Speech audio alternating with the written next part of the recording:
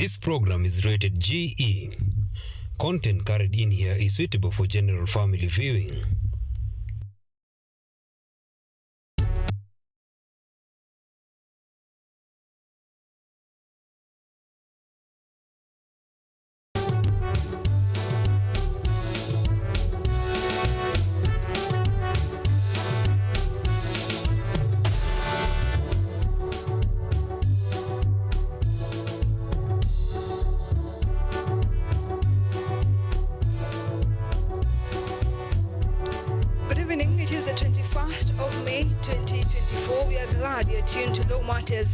Assure that is educative, informative, and offers legal aid solutions to what we face on our day-to-day lives. Tonight, we are having a very interesting topic concerning the wage bill.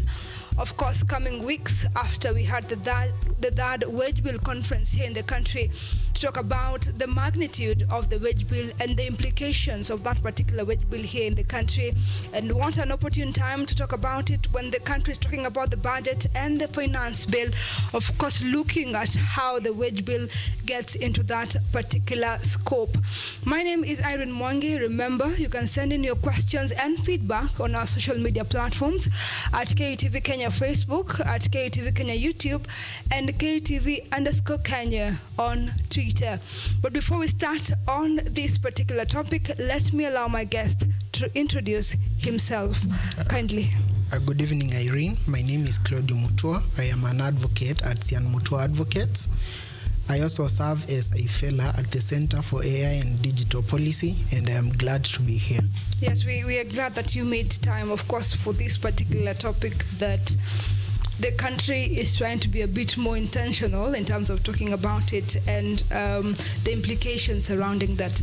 But so that we can get an understanding about the wage bill, what is the wage bill in the legal context? And how is our wage bill structured as a country?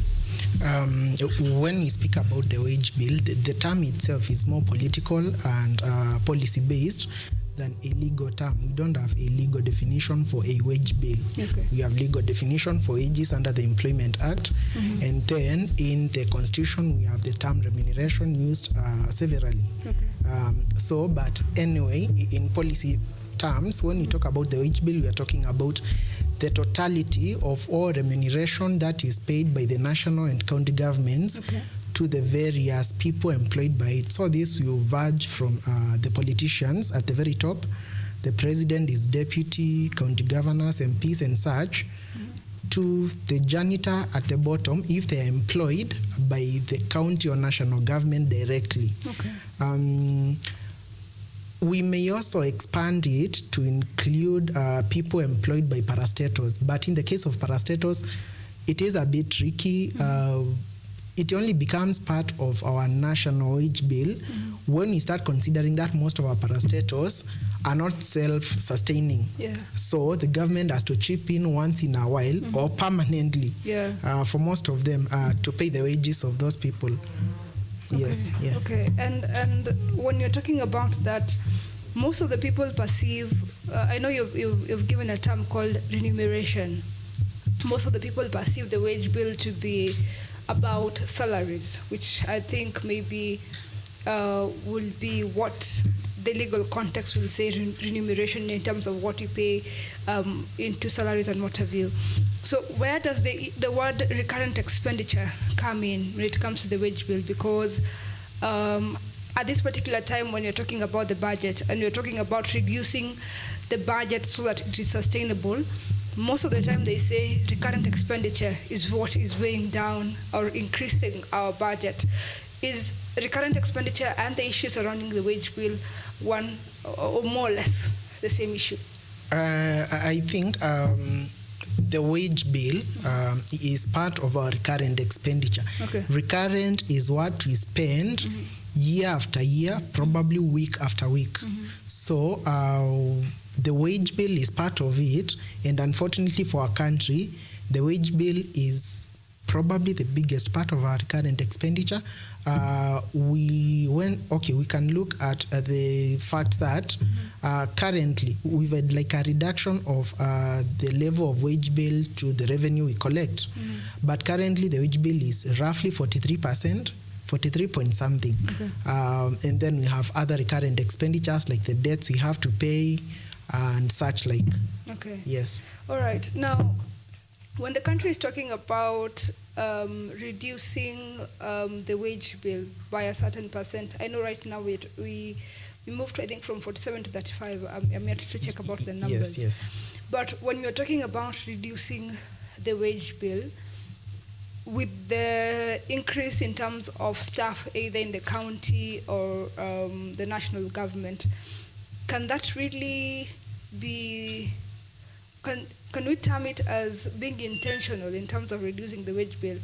Because you're talking about increasing maybe the position of the chief administrative secretary, which again will be under the public sector, who are paid under the national government.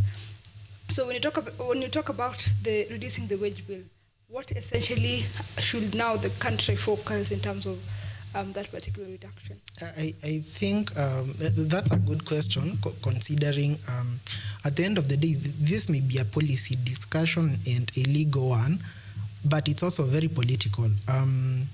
One of the things you will note from reports from the SRC and the controller of the budget is that we've actually increased the number of civil servants by around 90,000 over the last 5 years or so. So they are probably around 960,000 right now, as opposed to 800 and something. So the government, I think in this case you can say, it's speaking from both sides of the mouth. They say on one side, we want a more sustainable wage bill, but on the other hand, you have people who are known to people for whom positions are created. Okay. So the two are not consistent. This is especially important considering the highest earners in the country take around 15% of the national wage bill. So we are talking about less than 3,000 people, if I have the numbers right, are taking around 15% of everything. There are salaries plus allowances they may get. So I do not think the government is serious about this. I think this is something they say once in a while to please the Bretton Woods institutions. And then after that, it just disappears down the drain when elections are around the corner. All right. Yes. Now that you mentioned that sometimes the reduction of the wage bill can be more political than even legal, do we have law and regulations that govern the issues surrounding the wage bill? Yes, of course we do. In the first place, the first place we have to default back to is the Constitution. You look at 151 and 160 and I believe 250.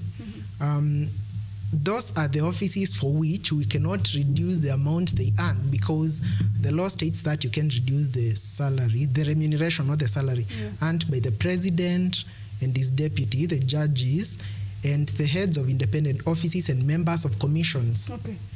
When there is a substantive holder of the office in power. Okay. Exactly. But then you do wonder, when are we never going to have substantive orders of judicial offices? For example, and then more importantly, in the case of judiciary, I believe this should be around Article 160. More importantly for the judiciary, their remuneration is tied to the issue of the independence of the judiciary. Okay. This is an important issue because it means if you are to ever think about reducing what judges earn, then it becomes a highly contentious constitutional issue, leave alone it being a political one. Yes. So I think, so if you are to reduce remuneration, would you reduce the remuneration for the guys at the bottom, and how fair is that? Isn't it even discrimination? So the Constitution first makes it kind of hard to do that. And then we have the Public Finance Management Act and its rules, which states that the wage bill should not be over 35% of our revenue. I do think that figure is more aspirational than actual, because again, while it's been reducing, it may take a while to hit 35%. I think the other rules we have are the other laws, or rather the Employment Act, which protect employees. So again, you're not going to sack employees unfairly to reduce your wage bill. You employed them in the first place. And there are lawyers to represent them if that were to happen. And then we have other laws like, and then we have institutions such as the Labor Relations Court and such like. So what we have is a bunch of laws and regulations, including the Constitution, but none of them really defines how we can do that. There are, we think we could do it this way, and I'm sure there could be good policies crafted in a specific manner, but more or less we have very good labor protection laws, and we should be thankful for that. So while we need to reduce the wage bill, it may be harder said than done. And you've touched about the Employment Act to say that it has protected the lowest cadres, that is people who are not at the top brass of either arm of government. But when we had the Third Wage Bill conference, the head of public service, Felix Koskei, mentioned that due to the increasing wage bill, they will not review the salaries of the people who are employed on a permanent and pensionable basis. Does that really argue well with the laws we have in place, given that my appraisal, given that maybe I've worked hard for the last 3 years with the goal that they will increase my salary, but now because of policies that have been put in place by the government, I am now hindered. How does the Employment Act protect this particular cadre of people who, again, are motivated by the increase in salaries and allowances? I think in this case there is very little protection under the Employment Act in terms of the review of remuneration, because I think since the Kibaki times we've had like an upward review of 3% each year. I think that is provided for in policy, but it's not exactly in the Employment Act. But more importantly, such people can get recourse under Article 41 of the Constitution, which among other things provides that employees should be treated fairly, considering the state is ultimately in charge of ensuring that the Constitution is enforced. I think in this case the recourse would be in Article 41, because if we are having an annual inflation of more than 8%, yet we don't even have a 3% increase in wages, it's going to bite hard on the employee, especially the state employee. And I think the last thing we'd want is to go back to the 90s when I was young, where you'd have a teacher striking this week and then other state employees striking the next week. That is very disruptive for the economy. As much as we need to reduce the wage bill, there's a need to. Yes, we should get a balance where people are paid for what they are worth, and not making them work and never have a review of their remuneration. That would not be fair. Okay. Now, moving away from the people who are being covered now by the wage bill in terms of who are contributing to this particular wage bill, and looking into the common mwananchi who will be affected by this particular wage bill, especially when it increases. Tell us how the wage bill affects the economy, because for people in the informal sector, they couldn't care less who's getting a job where and how, but now they're being sentiments are coming that this particular increase in wage bill is a burden to you guys. So how is the wage bill affect the country's economy and the overall physical health of a country? I think now this is where it starts being a bit contentious. Like, it's very clear that if a person is earning 1 million shillings, you have to pay taxes for that person to earn 1 million shillings, and to get their car allowance and to get their house allowance, while you're probably while your stuff is probably being swept away by floods. That's true. So in this case, for the common mwananchi, person who doesn't have a job in the public sector or even doesn't have a formal job, a high wage bill really reflects negatively on their finances, because at the end of the day, for example, if we were to tax petroleum products by an extra 5%, the average person finds it impossible to commute from place A to B. So the wage bill, if it rises, it reflects negatively in the pockets of the average person in Kenya. Okay. Yes. And when President William Ruto's administration came into power, I think they put a hold into all development projects in the country for some time, because, again, they did not have the funds to facilitate the construction and the upgrading of those particular projects. And the concern was that the recurrent expenditure, which the wage bill forms part of, was quite high. When should there be a red flag that this particular wage bill is a national concern? Was that situation with what the president said at the time, was that a red flag for us as a nation to say, wait, has it come to this, that now we are not going to access development project courtesy of the wage bill? I think so, but then we also have to look at these things from from an historical perspective. The highest we've hit is 57, but we are still paying debts, and there was still we were still doing development projects, and there was still corruption to feed those who need to be fed by corruption, of course. Yes. So the point is, maybe at this time when we're effectively having a debt distress, the figures we have are dangerous, because the recommended level is around 35%, and it's what we have in the public finance management rules, the 35% figure. Maybe it's problematic, but then I think it's being overplayed, because right now it pleases the Bretton Woods institutions, and we need them to advance us loans every 3 months or so. So I think it's being overplayed. The other thing we have to consider is that during that time, since it was 57%, what has happened is that we've had an increase of civil service by up to almost 100,000 individuals, right? Yet at the same time, it's risen from 57, I believe, to 48 to 43. This is what we call consistent drop. So maybe we should just continue and grow the economy, and maybe this will take care of itself.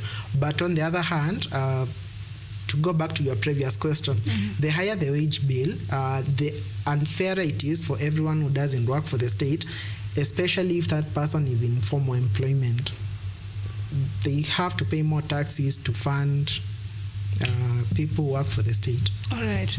Now, the president is saying that before he completes his first term into office, the wage bill percentage will have dropped to the wage bill percentage to the GDP will have dropped to 35%. From where you sit, and having interacted with the law and, of course, the analysis of how that is to be achieved, do you think it is really achievable, or is it a hard task to achieve? If we were to assume maybe he's serving for 10 years, but then in Kenya we elect presidents for 5, not 10. Maybe in like 10 years, if we don't have another massive hiring, we could actually hit some figure in the high 35s according to some studies. But I don't think in 2 years it's going to be 35%, unless they have what some of our parents experienced in the 1990s, the retrenchment plus golden handshake. Unless we have a situation where our economy balloons by like 20% over 2 years, which is not going to happen. So I think the president has his dreams, and I respect him for that. But I do not think this is possible. In 2 years, we can drop from 43 to 35. That's an 8% drop, considering what we've seen, 57 to 48. and it was due to the growth of economy rather than dropping, reducing the civil service. It's unlikely to happen. All right. Yes. So what then are the policies that have been put in place per se to ensure a reduction of the wage bill? It doesn't have to be necessarily reducing the workforce in the civil service, because again that will attract litigation to protect this particular kind of employees. But what, from where you sit and analysis of what has been happening in the country, do you think there are robust policies put into place to ensure that we reduce this particular wage bill? Because as you've said, we were playing at 57, then we went to 48, was it? Then the 43. So is it because of certain policies that were in place, or is it because of just coincidence that things went their way eventually? I think we've been lucky since it was at 57% 10 years ago.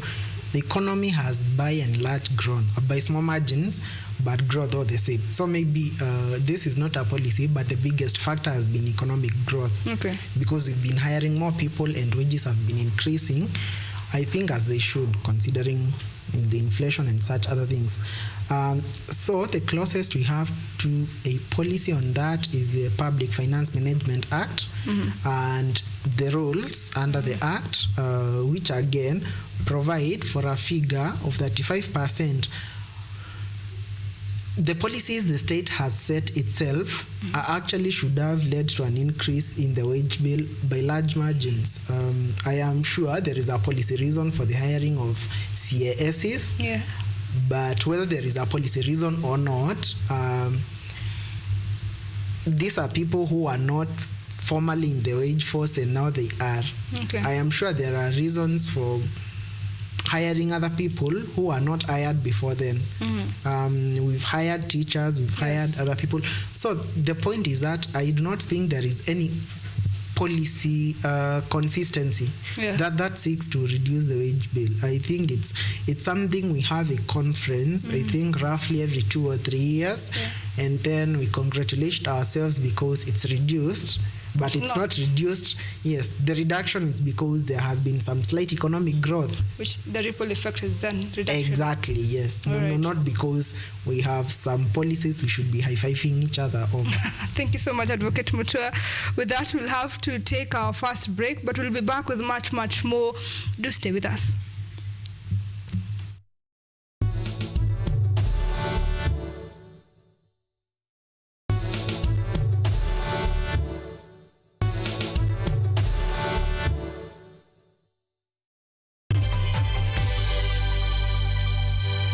Are you an aspiring media practitioner, a graduate, or you just want to advance your skills in television production? Then welcome to Kenyatta University, where education meets innovation. KUTV, the premier university television station in Kenya, is now offering short courses in TV studio, field technical operations, and video editing. Through these courses, you will acquire hands-on skills on camera operations, media production, lighting techniques, audiovisual editing, and sound and visual control, and how to operate key equipment in modern TV control room. Enroll today at KUTV and discover your full potential in cutting-edge TV broadcasting. Graduates of these courses will receive professional certificates. For more information, visit our offices at KUTV Studios or call us on 020-870-4252 or 020-870-4255 or SMS us on 0739-110-544.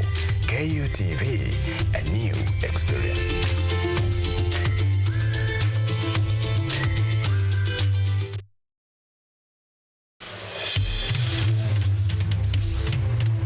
Tunachimba hadi mizizi kukuletea yanayojiri. So mimi naomba tu serikali yetu ya Mungu, jibarikiwe na Mungu, iweze kuteremsha bei ya mafuta. Yanayokukumba tuna maizi, tunakutetea sisiri. Kwa kweli ni speciali tukikupambia makala ya mwanamke mwake. Utasema hupendi mizizi ya habari. Nami Caroline.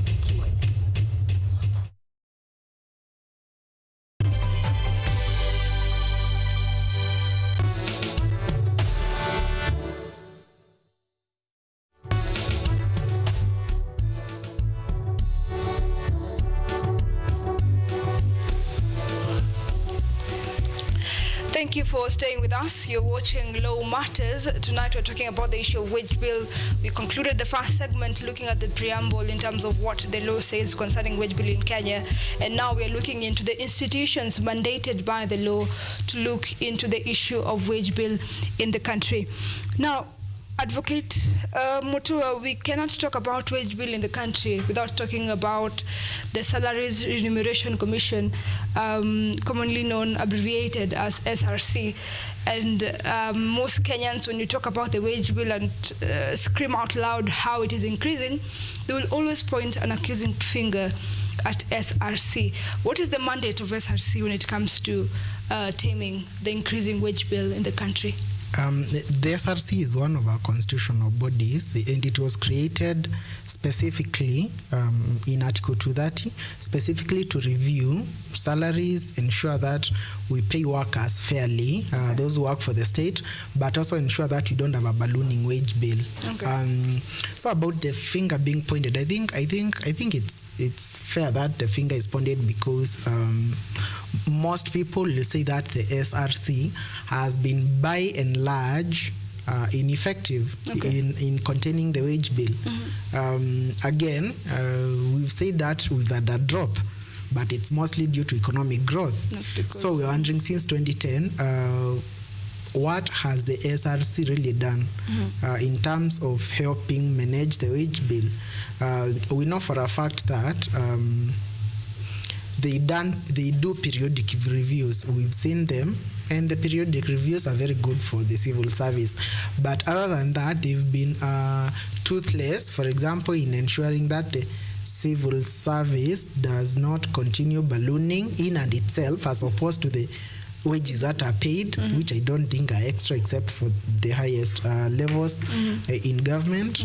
So SRC, I don't think it's been very effective in its mandate as established in Article 230.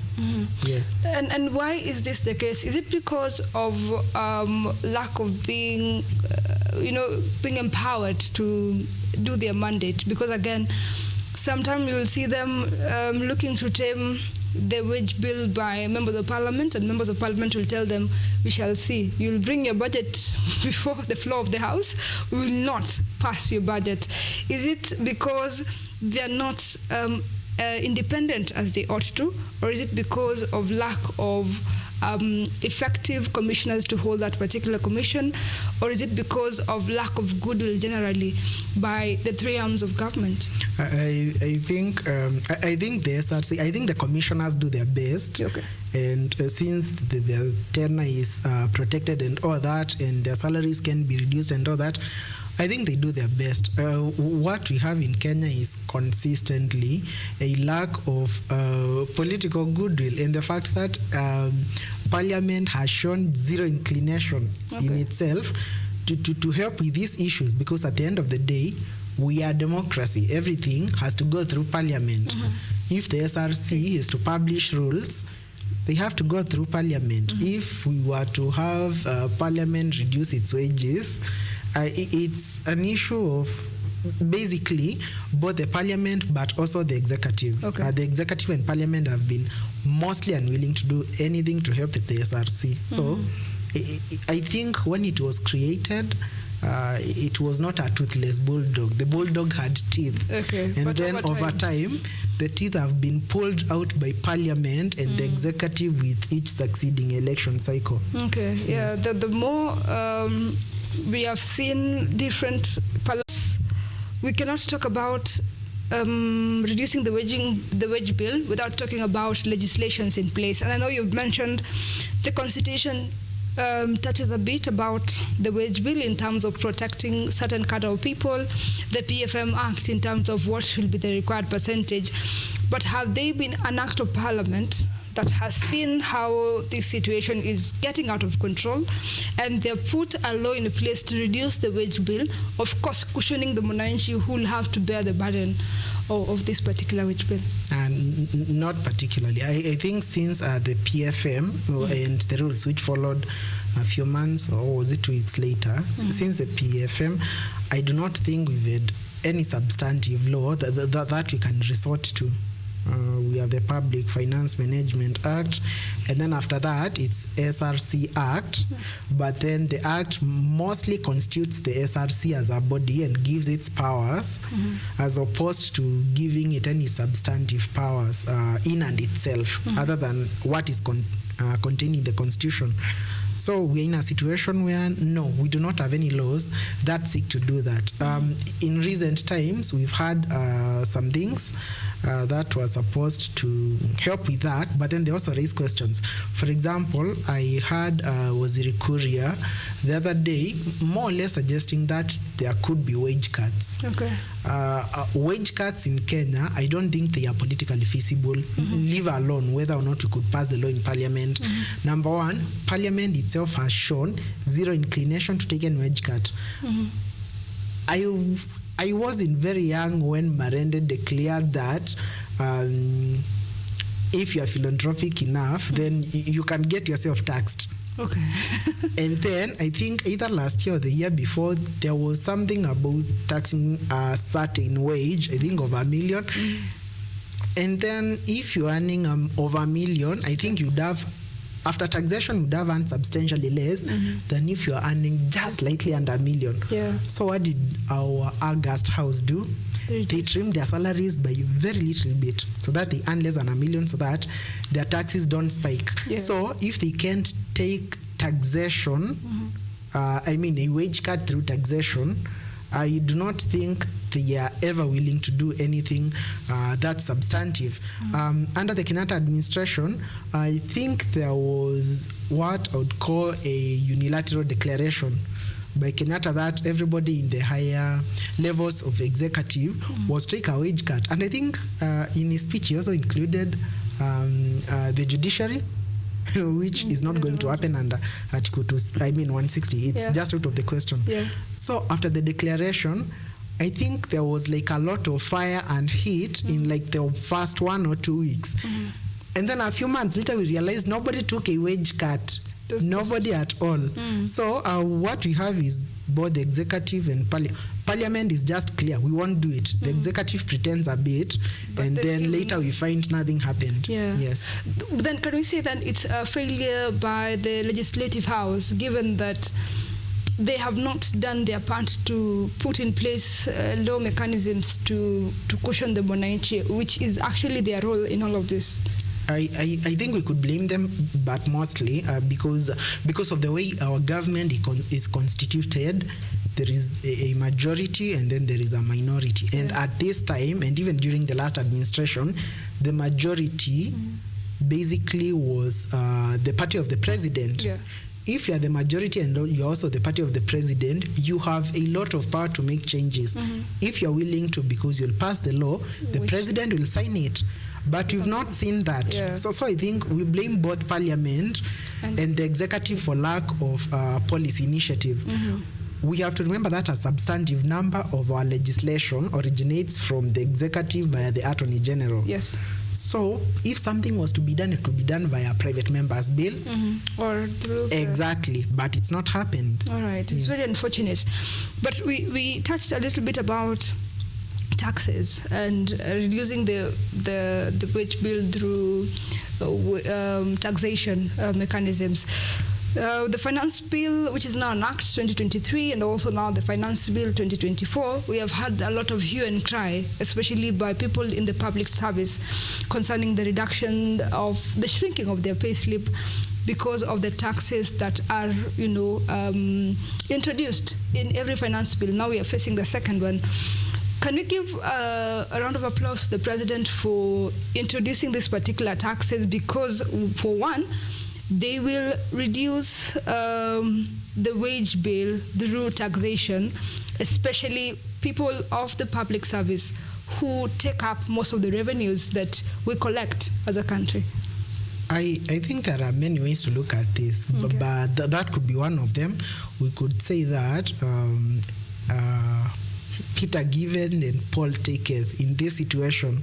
I'm not sure how it works in the long term, because there are several issues in this. If you're employed by the government, number one, will you even want to work for the state? And if we look at SRC mandate, one of their roles is to 235, I believe. One of their roles is to ensure that they attract the best there is for the civil service. And I think that has been the case more or less because the state is able to compete with the private sector. Okay.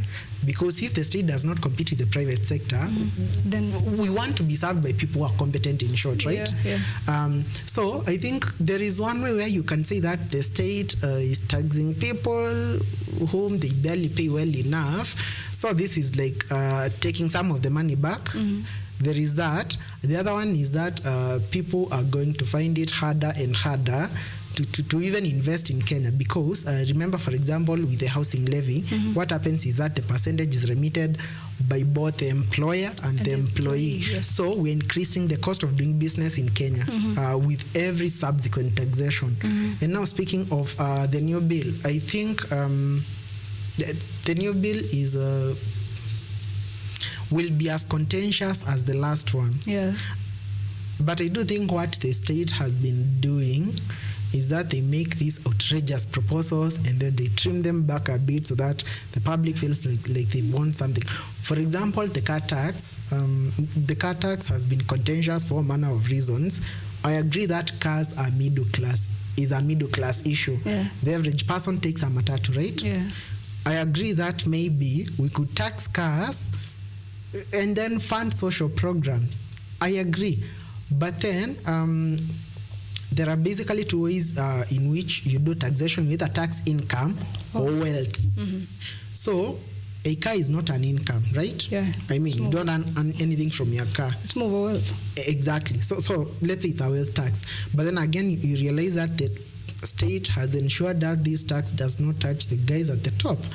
So the person who owns, let's say, a Mazda Demio worth 1.5 million will pay their 2.5%, which should be maybe 20,000 or so. But a person who drives a Lamborghini Urus, and there are a few in Kenya which cost 50 million, the tax they will pay is capped at 100,000. So this person could pay as much as 400. Yeah, because they can afford it. Yes, exactly. When you look at it this way, you're wondering, is the state trying to tax the people who are barely middle class, right? Because I think most Kenyans would find it really hard to get an extra 20K to pay for their car. Or should we just park them?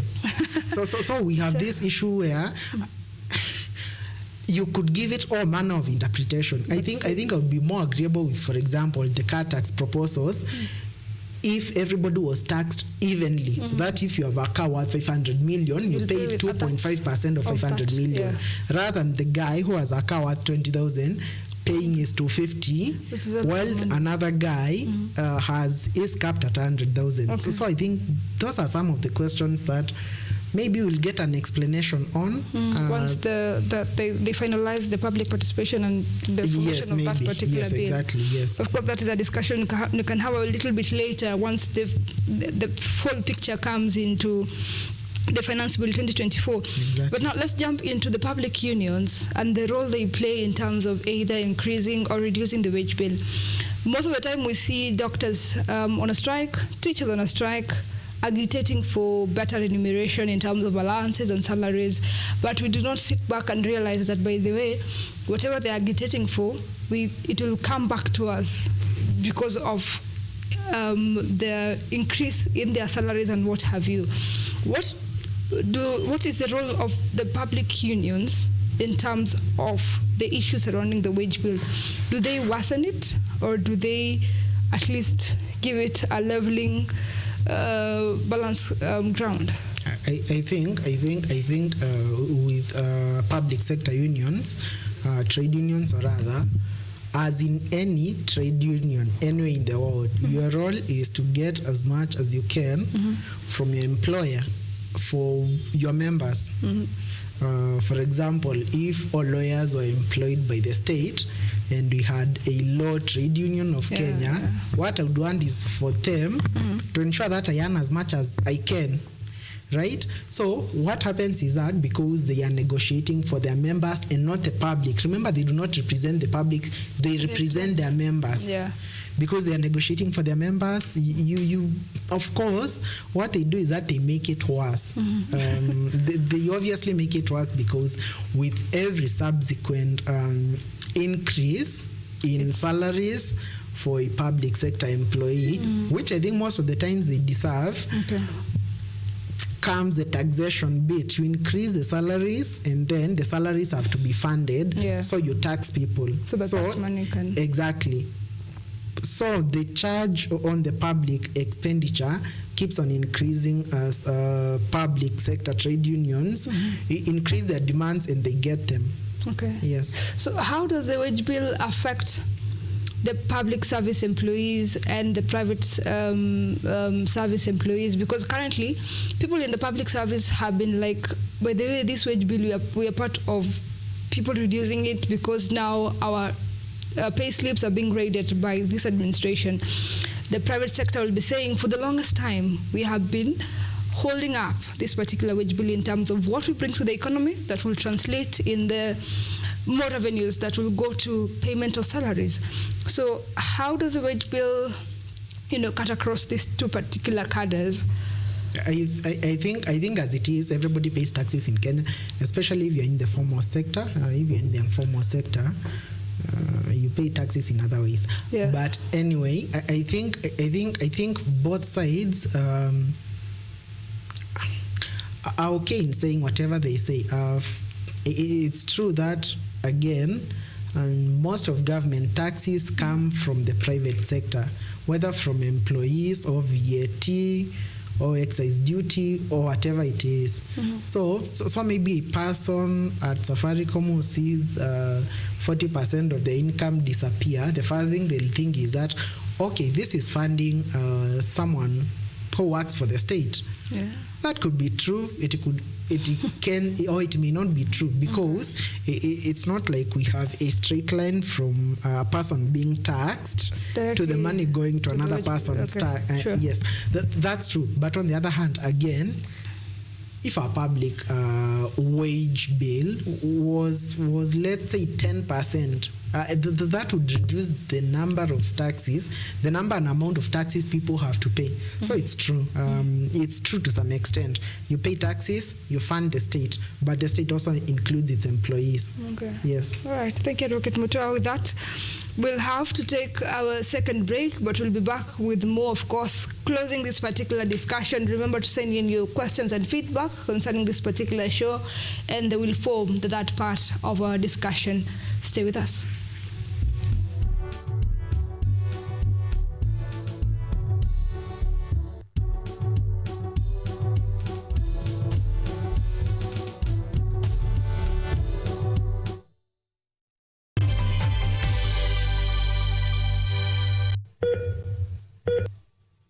Are you healthy, or rather, do you maintain a healthy lifestyle? According to WHO, health is regarded as a state of complete physical, mental, and social well-being, and not merely the absence of disease. Welcome to Focus on Health, a show on all matters health, wellness, and lifestyle.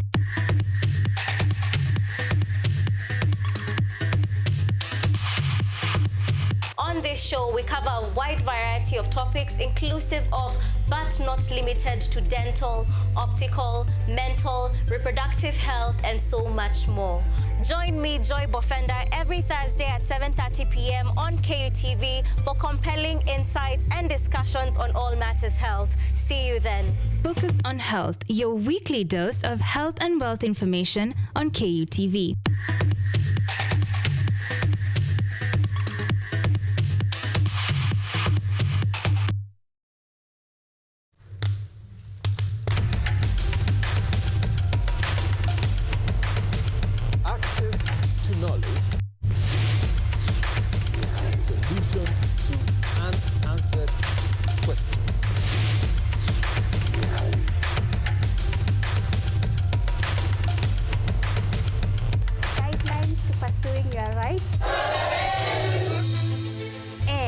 Repossessing your property, intellectual or material.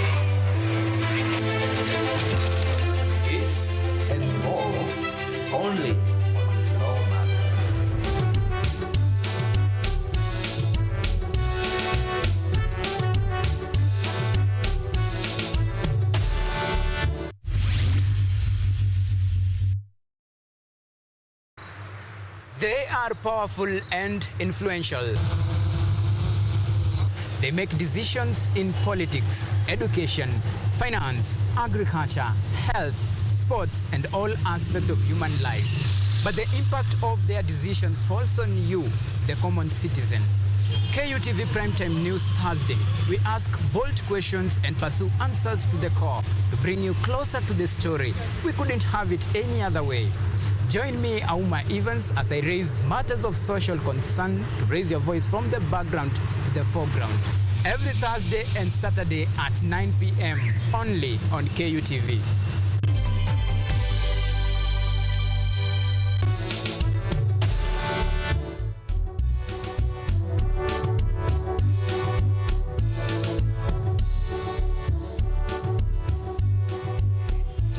Welcome back. You're watching Law Matters. We are on the final segment of this particular discussion tonight, looking into the issue of the wage bill, what the government is doing concerning that, and what different organizations are doing on the same.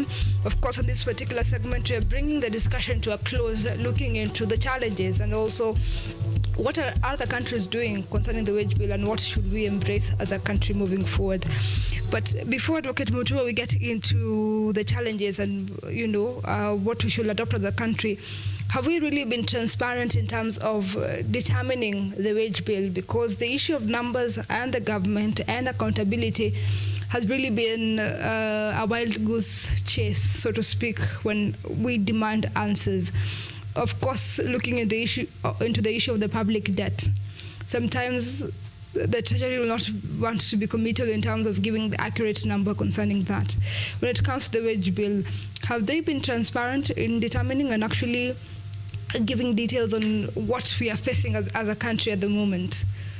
I think maybe the biggest problem in Kenya is that everything comes with an asterisk.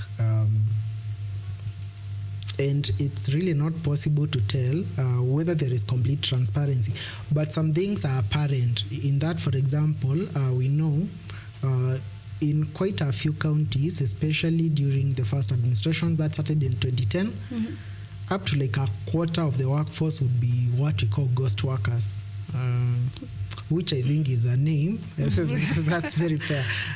So you have people with pay slips who don't exist, and then the money goes into specific person's pocket. So when you look at it that way, you also start wondering, could we be having similar numbers in the national executive? But for some reason, I am not convinced that we have very large numbers of ghost workers, although I am not totally ruling that out. I don't think there is complete transparency. But on the other hand, I don't think that everybody is lying about it. I think with digitization in some departments, maybe it has helped to eliminate the issue of ghost workers. But still, again, even now and then, you'll see headlines screaming about ghost workers, either in the county government, which came in place recently, and also in the national government. But what are some of the mechanisms that the government has used to counter the issue of us not being transparent as a nation when it comes to wage bill? Of course, I've mentioned digitization being part of it, but it has not been embraced. It does not cut across the national and the county level of government in terms of human resource. Have we been really robust in, stemming these particular issues of corruption when it comes to the wage bill? I think if we are to move aside from the ghost workers for a minute, I think there are issues we should be worried about. The first one, of course, is people who may not even exist earning an income from the state, which you have to pay taxes for. But then there are also other issues which are problematic in this regard. For example, as you had mentioned earlier, that we may consider, especially when parastatals are not productive, their employees to be public sector employees. I mean, to be part of the wage bill, so broadly defined. Okay, one of the issues you'll notice that in 2014, I think we had maybe 200 or so parastatals, and then around 75 of them were supposed to be folded. So almost half, right? And then what happened is that since then, we've increased them by more than 150, if I do not forget. What happens is that in Parliament, a member of Parliament will move a private member's bill and create a totally new parastatal which duplicates the duties of another. This parastatal has to have a managing director or whatever it is. It has to have a board. CEO, a board. Exactly. And then it has to have people sit in the office and push papers. And then, other than that, we've also had CSCs themselves create additional 69 or so, if I don't forget, of which 27 are subsidiaries. Okay. One of the issues we wonder about is why parastatals should have subsidiaries. Their mandates are very broadly defined. They can do everything they need to do. Yes. So anyway, you create subsidiaries via the Companies Act and such like, and then at the end of the day, you have an extra 200,000 people. See, this is out in the open. We don't need a conspiracy theory to even speak about this. It's there. We can see it. 200,000 people, 150 billion. So maybe these are some of the issues we should be worried about. There are ghost workers, yes. Yeah, but we should be I don't think there are 200,000. Yeah. We should be worried about these other numbers. Yeah, I think even as we talk about the ghost workers, we should be alive to the fact that there are also some things mushrooming, which of course going a long way in terms of interfering with the issue of reduction of the wage bill. Now, what are some of the solutions that the country can embrace, or what are the best practices that you've seen in other countries that you think if this was implemented in the country, then we could be singing a different song altogether? I think in terms of best practices, what we appear to have is worst practices. So in the United Kingdom, I think when Thatcher was in office, there was a call to reduce the public sector, and then it was reduced, and then there were more conservative governments to continue with that. Anyway, this is what happened. You fail to hire workers, but then you hire a private company that brings you the workers, and then you convince yourself you're reducing the bureaucracy. I don't know if that would work in Kenya, because I don't think it works in the UK. And then in the US, especially in the intelligence sector, we've also seen similar stuff, which has been covered extensively. Rather than hiring people directly, you hire a company and then you bring them in. So what happens is that these people have like lower benefits. They're not in a permanent or pensionable basis. Exactly. They are not in PNP. They are in contractual basis. But more importantly for the government, these people are not employed by the state. They're employed by a private company which contracts its services to the government. But then this also brings other questions. Isn't like going such a path may just lead us along this path of really bad crony capitalism, where the government gets in power, they hire a company that brings in employees to do specific services, the companies which they own themselves. So we end up creating a super class, and then everybody else is underpaid with no benefits. And I think that is highly questionable. We've also seen, well, this is not from outside the country, but we saw Waziri Kuria proposed that, and of course, it's drawn furor as it should, because if people are to be on if people are to be on contractual basis as opposed to PNP, this opens the public sector to a lot of political control. I'm not saying we have an independent public sector, of course, because maybe we don't, but imagine a situation where we have to rehire 300,000 at a go every 5 years, or maybe not even at a go, but a bit slowly every few years.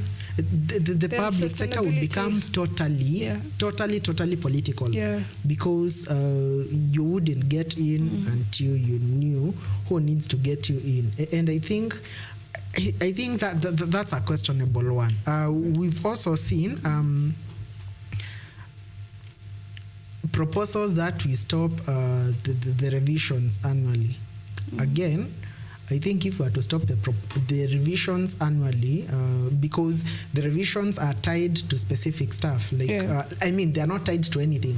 Like whether or not you underachieved what happens is that at the end of the year, you have your 3%. If we were to stop the increases blankly, I think that would be unfair. So I think what I have seen, and I think what would work, is to revise how the public sector wage increases, remuneration increases or rather happen. For example, right now, you are thought to have performed your job in the public sector if you do specific stuff. So we look at the input rather than the output. So it's like we put in place some KPIs or something? Or? Yeah, exactly. If we had KPIs, which were strictly enforced, I think those would be fairer. I think at the end of the day, we would manage our public wage bill because there would be no automatic increases. And on the other hand, we would ensure that those who should be rewarded are getting rewarded. All right. Yeah. And it baffles me that developed countries like the US and the UK have not been able to really answer this question in terms of reducing the wage bill in a way that is sustainable and not quite political, which begs the question, where do you see our wage bill in 5 or 10 years to come, given that the question has not been answered by developed nations? Maybe we can answer it, I don't know. It's a question of goodwill and of also political commitment. But where do you see it 5 or 10 years to come, given that each regime introduces new offices? I think President William Ruto has been synonymous with advisors, and now it's cascading downwards to now the governors. They have all sorts of advisors, political, others have even introduced environmental advisors. For what? I don't know. Where do you see our wage bill in 5 or 10 years to come? I think one of the things that maybe that Kenya should get recognition for is that the digitization of some services has been helpful in ensuring that we don't continue hiring in specific areas. Okay. For example, you don't need 3 clerks to get your file for you to replace your birth certificate at the registrar of persons. That's no longer necessary. You simply file your stuff online. Yeah. So the digitization has been really helpful. But I think on the other hand, because every subsequent administration comes with its own people that it needs to put into place, I think we may see a situation where we just all at the 43. I do not think for once that the government is going to be irresponsible and start hiring a lot of people, considering we are almost in a situation where the Bretton Woods institutions may force us to do structural adjustment programs. Considering we are there and we may be there for the next 5, 6, 7 years, I do not think our wage bill will balloon. I think what is likely to happen is that it will remain the same, around 43%, maybe 41%. Maybe we never hit the mythical 35%, which is problematic from like a development and fiscal perspective. But I do not think is the end of the world. Okay. Yes. Do you think? I know you've criticized a bit what the Principal Secretary for Public Service, of course, who's mandated when it comes to the issue of wage bill, Moses Korea, is saying on the same. Do you think this administration will finally crack the nut in terms of, offering a solution? Was it more of will it be policy driven or economic driven, given that for the last 10 years it's more economical than anything? I do not believe so. I think if the proposals they have start being given on the first day of the administration, they have a better chance, because then they have a chance to recover politically from that. We have to realize that in a democracy, it's very hard to move things. And thank God we are democracy, because what's the need of moving things very fast and then living in a repressive environment?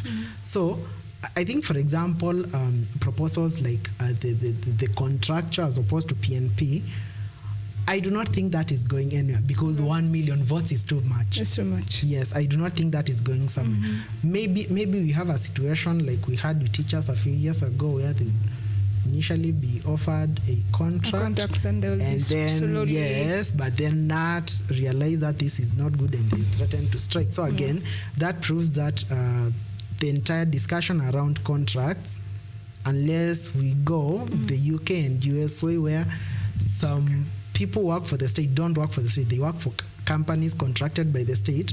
Unless you go that route, it may be impossible. All right. Thank you so much, Advocate Mutua.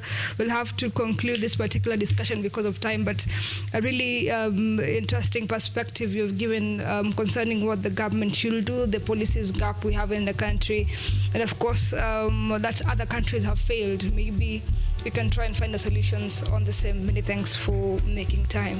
Thank you, Irene. It was my pleasure. All right. All right, that has been Advocate Mutua, of course, giving his nitty-gritties concerning the wage bill here in the country. And of course, even though at times we want to spell doom on what is being done by the current administration, we are hopeful that maybe the situation will turn around courtesy of our economy. My name is Irene Mwangi. Do have yourself a splendid night.